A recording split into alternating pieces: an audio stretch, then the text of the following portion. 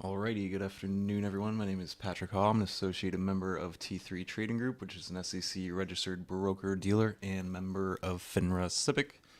All trades are placed through myself, through T3 Trading Group. You should carefully consider whether trading is suitable for you in light of your own financial condition. Please pause the video, read this disclosure in full. Thank you. Position update. I got some Oxy that I'm swinging from last week. It's probably the only updates there for the YouTube folks.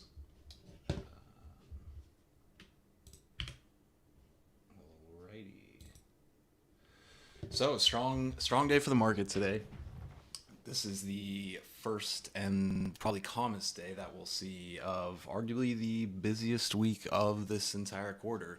And it just happens to be in the first month of the quarter, but until we get probably the March Fed meeting and then next earnings season, this is probably going to set a bit of a tone for the quarter for us.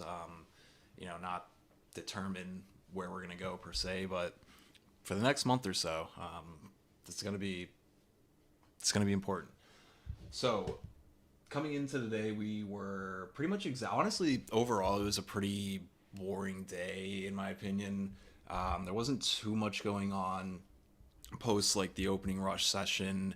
Markets were kind of grinding up throughout the day. Just taking a look at the intraday for the S&P, you can see before this 3 p.m. move, which we'll talk about that in a second, we weren't really doing much. Open pretty much exactly flat, chopped around a little, tried to push through highs. You know what they love to do these days, before they take us to lows, they like to make a new high and vice versa.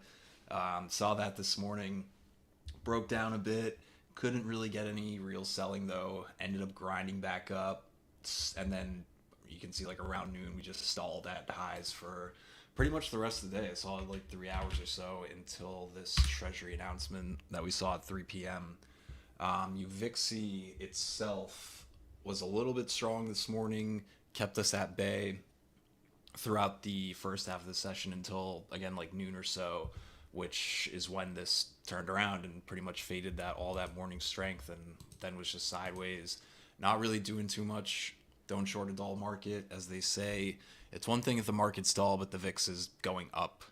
But when the VIX is bleeding lower, even just trading sideways, you're usually not going to get that real selling to come in. And then it ticked up a little bit with the afternoon move, but you see that happen often when markets move more than they're priced in. That's kind of the definition of the VIX in a way. And I don't think anyone was expecting that strong of a move off that 3 p.m. announcement, but it was a pretty solid announcement. We were ready for it this morning coming in. So just to highlight what that was, again at 3 p.m. there, Treasury announcing their new borrowing estimates for the quarter. The last one that came out was October 30th. So here we are a quarter later.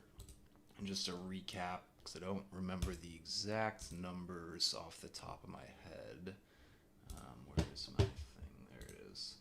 So it looks like for January through March, where is it? There it is. It's posted in the VTF too, but for the YouTube people as well that might not know what was happening at 3. So Treasury's quarterly financing estimates. So January through March, they are expected to borrow $760 billion, which is lower than estimates of this estimate is $816 billion, but borrowing less money than they expected is good. And then their April through June expected to borrow $202 billion versus $410 billion, according to this estimate, which is a pretty decently lower number. I mean, that's like half the price or so. And then, which Bill pointed out too, and I don't remember seeing this come out. It looks like it came out like last week or so. It might have been a Financial Times article, but they might announce, so there's another announcement coming Wednesday as well. That's kind of further information off of this, but they might announce a buyback program, which I guess would help them buy back less liquid debt, increase issuance of the most liquid and current issues, which is meant to overall improve liquidity of the market. Overall, so it's good. We keep seeing good news with, I don't want to say everything because there's a lot of geopolitical tensions going on, but in terms of the U.S., the economy, everything like that, things seem to continue to be humming along and doing well. And that's part of the reason why we're in this like weird dynamic right now where the market's pricing in these Fed cuts again. Deja vu to last year when the market was doing that. However, last year we were saying there's basically no way. And if anything, they might not be done hiking. That kind of ended up being true. Now they probably are going to hike this year. I mean, just even the real interest rates, the real rates being positive in the way that they are is enough to argue for them to cut. So they probably are going to cut. But once again, the market seems to be overly aggressively pricing it a bit. The rate, the implied probabilities for the March cut to come have gone down in the last month or so, and that's with going back to what we were just saying, all these economic numbers keep being too good, as Derek kind of like half jokes, too many people are working, people are making too much money, people are spending too much money, which is kind of true, and that's not a bad thing, that's a good thing, but that will keep the Fed kind of at bay for a little bit when it comes to rate cuts. I was thinking about it over the weekend. It seems like for a while, good news was bad, and I feel like it's gonna kind of / already is shifting to back to good news is good, and I could see it. So therefore, bad news would be bad. I could kind of see that coming. Just tinfoil hat on with. Say over the next, not next week, but in the next 2 months or so. Because so right now, I'm sorry, I'm trying not to jump around everything, but it was kind of a boring day, so I'm just talking about like what we're expecting this week and then what's to come in the future. Because again, besides that 3 p.m. move, there wasn't too much going on today. So this week we have, first of all, a ton of earnings coming out. AMD, Microsoft, Google tomorrow, Amazon, Apple, Facebook, aka Meta on Thursday, and a ton of others with that. And then on Wednesday is our first FOMC meeting of the year. So I don't think anyone expects them to raise rates, right?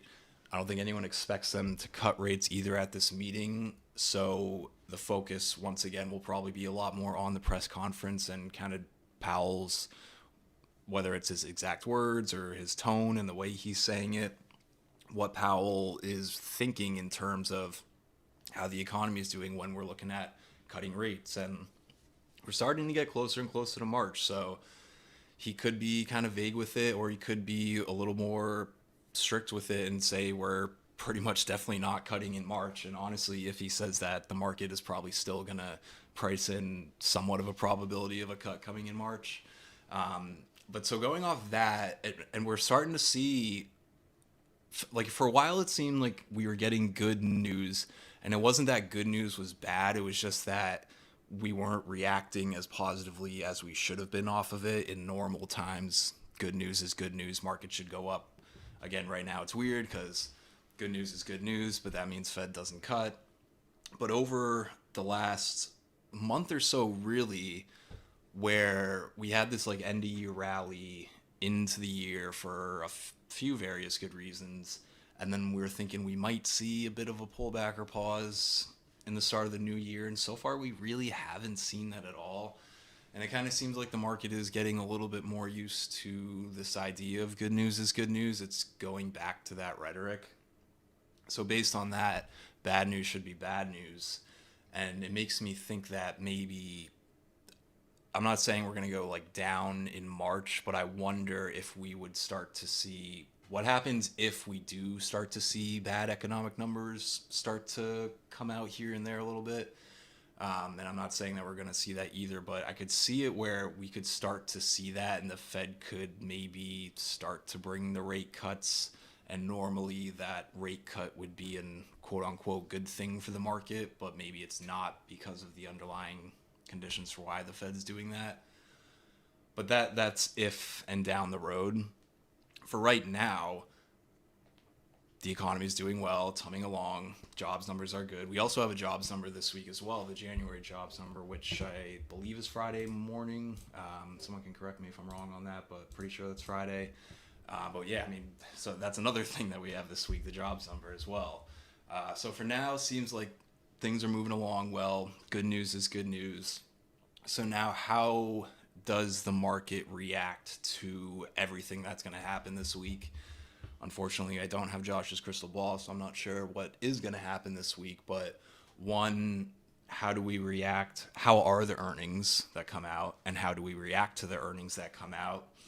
We don't have a great gauge of that so far, but Netflix had a okay report, and they're reacting really well to it.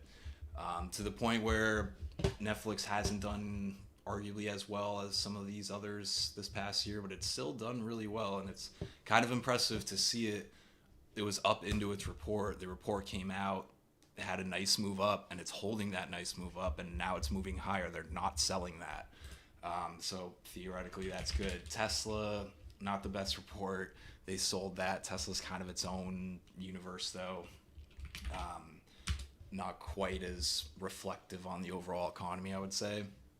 But this week, the names like Meta and Apple, Meta for advertising and Apple for just kind of consumer spending and stuff like that, those are going to be really important. So we'll see how the earnings are, and then we'll see how the market reacts to them. I don't think we're going to see terrible earnings. But if we see good earnings and we can't really get the follow through like we are from Netflix so far, that could set kind of a topping-ish tone for, not topping-ish, but more. It's so hard to say that the market's going to go down after this November rally because it just hasn't been happening. It definitely will happen at some point. But that could be one of the signs or signals to look for. It is good earnings reports, and we don't really get that follow through.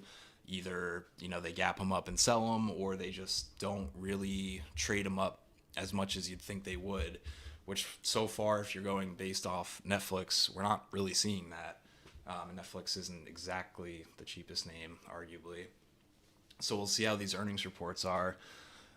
And then we'll also have to see what Powell says on Wednesday and how the market reacts to that on Wednesday. And depending what he says, the Fed futures market is going to adjust their probabilities for the rate cuts coming and everything like that. And then we'll see the jobs number as well. And we'll see if that is still nice and hot or if things are slowing at all.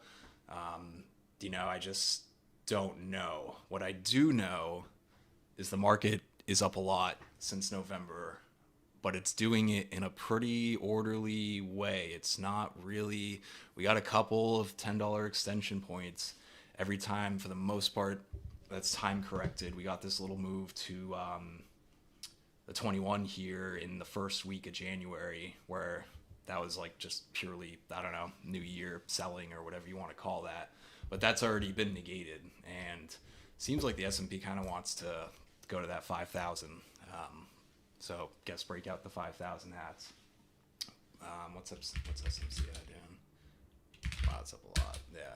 I mean, there you go. I mean, speaking of earnings, so we got a couple earnings names coming out today. Nothing too huge, but this SMCI is definitely a hot name. They pre-reported some guidance. Stock went up a lot. Traded really, really, really well off that. Now they just reported, and the numbers look pretty decent again, and this thing is trading up again. I mean, it's almost like a euphoric market in a way. It's kind of dangerous to say. I don't want to say that, but that's good. That's bullish, right? Like, just because the market's up a lot doesn't mean it can't keep going up. And if you're looking for signs for it to top, and if you're looking for that, 5% correction, whether you're trying to short it or whether you just don't want to buy until you get kind of better pricing. So far, we're not really seeing the signs of that. Maybe they sell this SMCI off tomorrow. That'd be an example of what I'm saying, where you get like good reports, but they sell them off. But we're not really seeing that. And maybe that all leads into some blow off top, which there's also been talk about. There's been a lot of talk about that this past month. And we haven't really seen that either. It it seemed like we almost started to maybe get that the last time we were 10 extended, and the Qs got, I think, even a little more than 10 extended. But we keep correcting in a pretty orderly way and then getting this bid back in an orderly way. So trying to think what else that I wanted to talk about. I think that's mostly everything that we're mainly focused on, which is a lot. But yeah, I mean, it was a kind of a slower Monday, a Monday with, besides this afternoon announcement, not too much in front of a really, really, really, really busy week. Maybe beginning tomorrow morning as well, but potentially tomorrow with earnings, and then Wednesday we'll be trading those earnings reports, AMD, Microsoft, Google, actually trading them the next day, and then Wednesday afternoon will be the Fed, and then Wednesday night will be more earnings. Thursday we'll be trading the actual trading day after the Fed, and then Thursday night will be Apple, Amazon, Meta, and then Friday we'll be trading those earnings reports as well as the jobs number. So we got a lot coming up this week, and this market is trading very well and very orderly, and at some point we will have some type of 5% pullback. It's just looking for the signs of it. And I don't even want to sound like that's what I'm saying I'm looking for, but I'm sure many in here are a little hesitant right now to do too much new swinging, and that's kind of what we got to look for. Personally, I'm not good at chasing. It's hard to kind of chase this market up here, but that doesn't mean you shouldn't buy stuff intraday and, you know, go for up moves and stuff like that, because that's the market we're trading in right now. I mean, it's pretty bullish. And one trait of a bull market is things usually don't pull back as much as you want them to. And that's kind of what we keep seeing over and over again. And we saw that in November and in December, and that was maybe going to change in the new year. And so far that really hasn't changed in the new year. And now we have a couple earnings coming out this week. We'll really see the bulk of them. But so far that those earnings names aren't really showing it either. And then we had this Treasury announcement this afternoon, which was decent news, and the market had a pretty bullish reaction off of it. So things are going well. So far, there's no signs to see that change. Seems like, yeah, if the next 5% pullback is either going to be the economy maybe does actually start to slow between now and the end of March, or maybe we get some type of blow off top, and, you know, then we can actually pull back and we get a 5% pullback, but it's after another, 3% higher. So we'll see. There's a lot to do this week. A lot, for sure. So there's my tangent for what to expect and kind of what I'm thinking about, bigger picture. And yeah, just looking through this list here to see if there's anything else that I wanted to talk about. But I think that was the majority of it.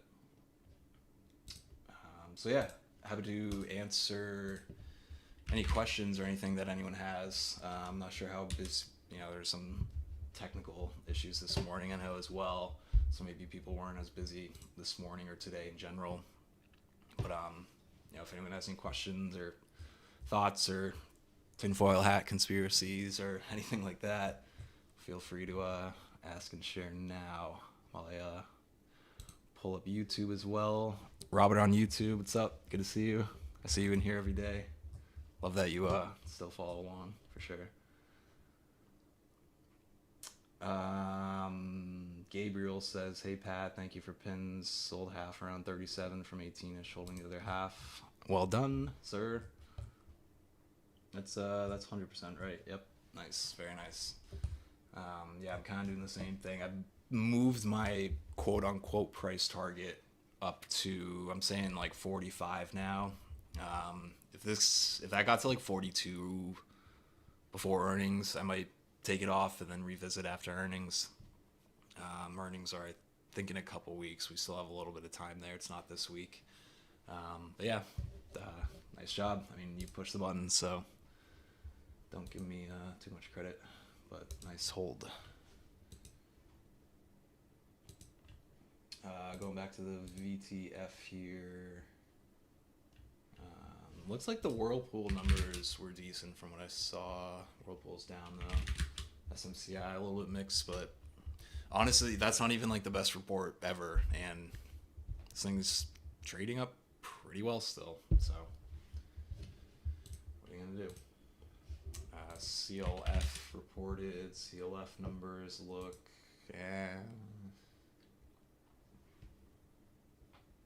they look not great.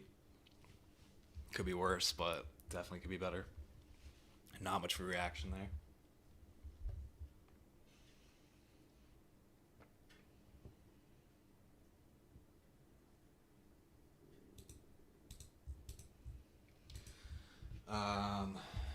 What's more important today is 1 p.m., technically 3 p.m., Treasury borrowing number or the one on Wednesday. It sounds like most were arguing that the Wednesday one is going to be more important. McElliott, in the article that I shared this morning, he kind of sounded like today was going to be the most important. And the market reacted pretty well off that. I mean, that was like a kind of like a Fed type move there. They're both important. The Fed is really important.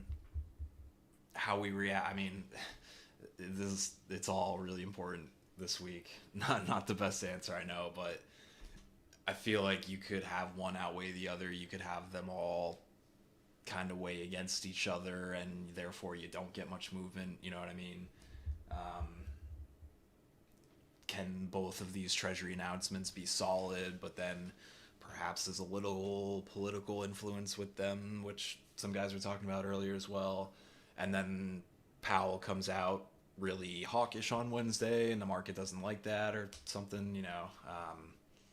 So you could have, or you know, and then jobs number comes out Friday, and we have like a bad jobs number, which doesn't seem like we're going to get that now, but things won't be perfect forever, of course. So yeah, I mean, they're both pretty important. There's just so many events that you could have something negate the other event within an hour or so, and it could take days, if not even a couple weeks, for the money flow to really sort itself out and what it wants to do for that like bigger, you know, 3-month period or so, until we start to get to that March Fed meeting, and by that point it'll be next earnings season again too. And then once we start getting into like the spring and the summer, it is election year, and we're starting to see more and more of these events come out. But obviously, as we lead up to the election, things will heat up as well. And it's been 4 years since election year, obviously. So it's been a little bit since we've traded an election year cycle, and the last one was 2020. So that wasn't necessarily a normal trading year election cycle either, right? So that'll be interesting too. And typically they're bullish. It's typically a bullish thing. You know, the quote unquote peaceful transfer of power or whatever.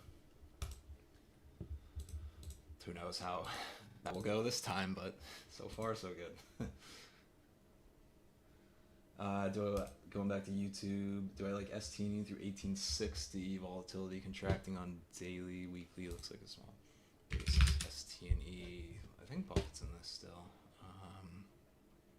1860 you're asking about?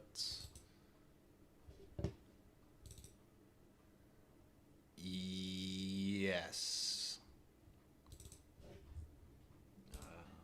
Volatility contracting on daily, weekly, looking like a small base. Yeah, it looks good. Depending on what type of swing you're looking at to do with this, which this has like a huge base but is also destroyed, you might want to even consider giving this some room.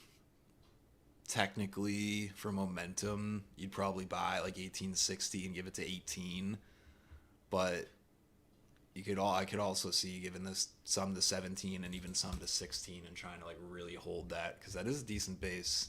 That's I mean, it already broke like the smaller. Like, it had 15 resistance for a long time, like a year almost. That 15 was resistance, 14 to 15. So that should be huge support now. And who's to say this thing isn't mid 20s eventually? So yeah, 1860 looks good. What's your out for that buy? Momentum wise, probably 18, but bigger picture, 17 or 16 look decent as well.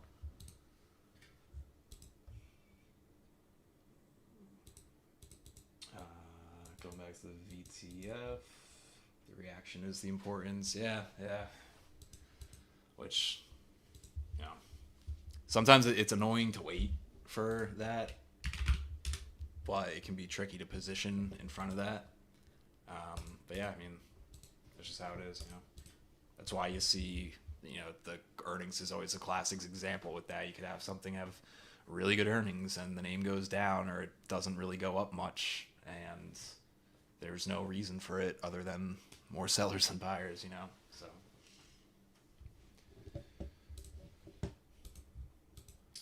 yeah, political commercials, can't wait to see them at every commercial break, over and over and over again. Good stuff. Looks like I got through everything. Not too many questions today. So speak now or forever wait until tomorrow's afternoon meeting for questions or comments. Unless you're in the VTF, then you'll have to wait till tomorrow morning.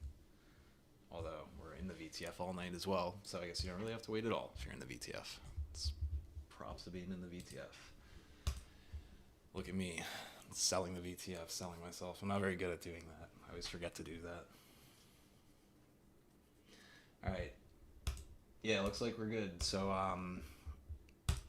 market hanging in after hours here. Solid reaction from that Treasury announcement this afternoon. We got a slew of earnings coming up. Jobs number, Fed Wednesday. It's going to be a busy week. So, rest up and get ready for everything. So, have a good night, everyone. See you guys tomorrow morning. All those issues that technicals had today should be fixed tomorrow as well. So hopefully we'll be ready to go. Have a good night. See you guys tomorrow morning. Take care.